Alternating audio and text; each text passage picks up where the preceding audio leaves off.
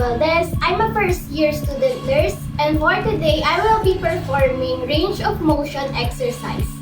We need to do range of motion exercises to prevent the development of adaptive muscle shortening, contractures, and shortening of the capsule, ligaments, and tendons. The first procedure in doing range of motion exercises is assessment. So in assessment, the first step is to assess joint mobility and activity status, wherein I will ask the patient if he can move his neck, shoulder, elbows, wrist, and also the legs.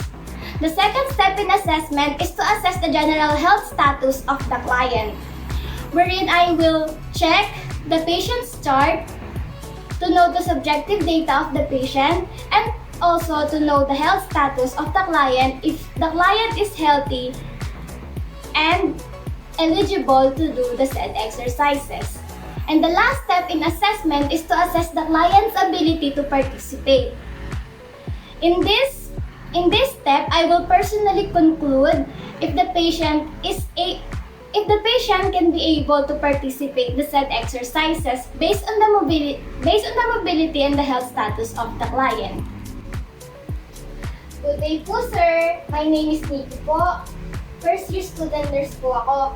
Ako po yung nurse nyo ngayong araw. So, bali ngayon po, sir, magkakandak po tayo ng range of motion exercise. Pero bago po tayo mag-conduct, kailangan ko po munang i-assess yung joints nyo tsaka po yung mobility nyo. Okay po. So, sir, kaya niyo po bang igalaw yung neck nyo? Okay po. Kaya naman po. Okay po. Yung shoulders po, kaya po ba? Kaya naman po. Okay po. Yung elbows po, kaya po? Kaya naman po. Okay po. Yung wrist po? Kaya naman po. Okay po. So, next po is check ko lang po muna yung health records nyo. So, based po sa health status, sa health records nyo, okay naman po yung health status nyo. Healthy naman po kayo. So, pwede po kayong mag-participate sa gagawin nating exercise. Okay po. After assessment, the next procedure in doing range of motion exercise is planning. So, the first step in doing planning is to plan time of exercise, wherein we need to inform the client when will be the exercise is. And the next step is to plan type of exercise. So the type of exercise we will be doing is range of motion exercises. The next step is to gather equipment, and the last step in planning is to wash hands. So sir, ang start po ng exercise natin ay mga 7 p.m. po. Okay.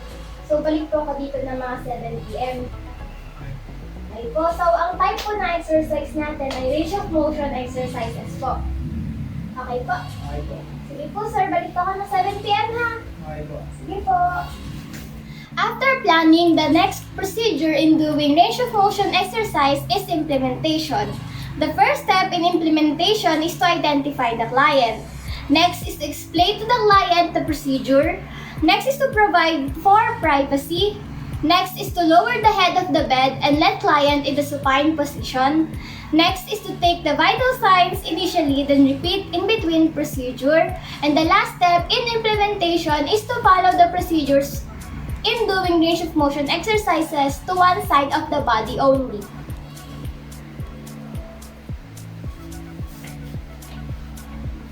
Hello po, sir. So, 7 p.m. na po. Start na po tayo ng exercise natin. So, bago po ako magpunta dito is nakapaghugas na po ako ng hands ko. So, bago tayo mag-start, sir, ayusin ko po muna yung position nyo. Kailangan po ay nakasubayin po kayo. Babaan po natin. So, sir, mag-start po ako from head to toe. Start po ako sa shoulder nyo. Next po yung elbow. Next po yung wrist. Next po yung fingers and thumb. Next po yung hip and knee. And then po yung ankle. Last po yung toes. Okay po. So sir, now I will be starting in your shoulder po. Okay po. So start na po tayo. Flexion. Extension. Flexion. Extension. Abduction. adduction, abduction, adduction. Next po is outward rotation, inward rotation, outward rotation, inward rotation. Next is your elbow. Flexion, extension. Flexion, extension. We will also be doing supination, pronation. Supination, pronation. Next, we will be doing your wrist.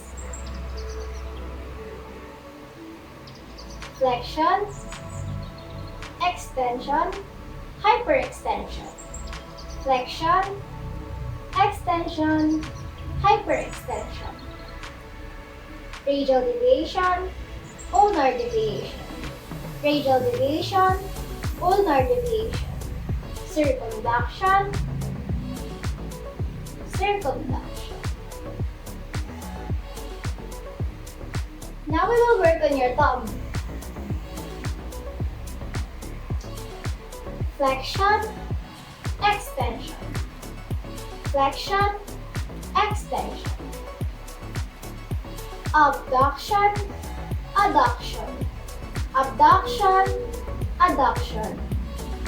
Circumduction, circumduction.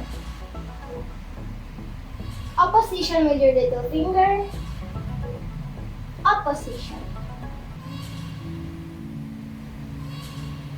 Now we will work on your fingers.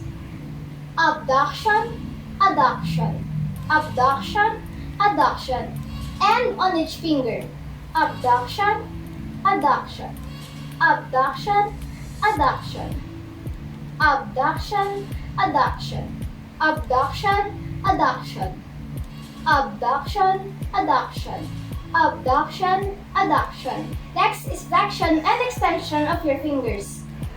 Flexion, extension. Flexion, extension. Flexion,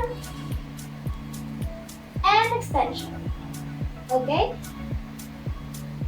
Sir, are you ready to work on your lower part of your body? Yes po.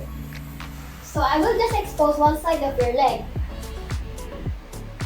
I'm going to start on your hip.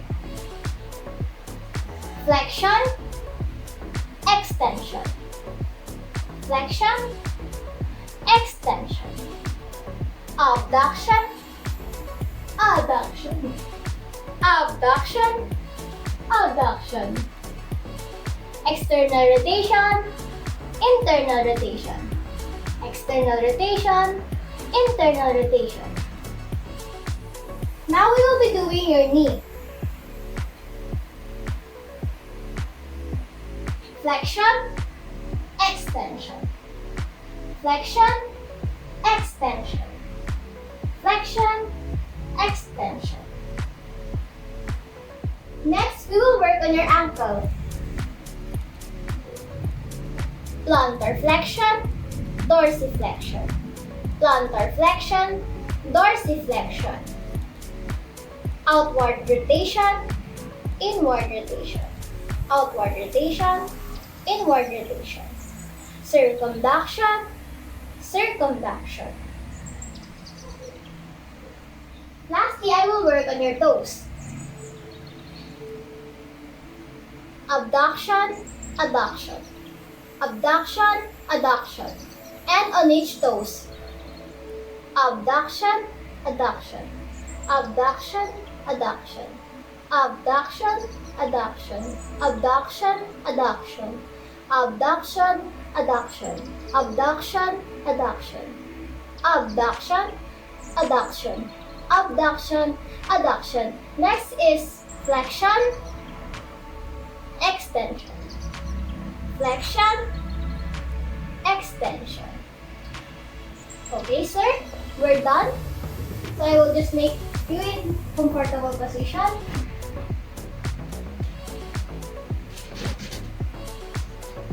Thank you, sir. I will just wash my hands.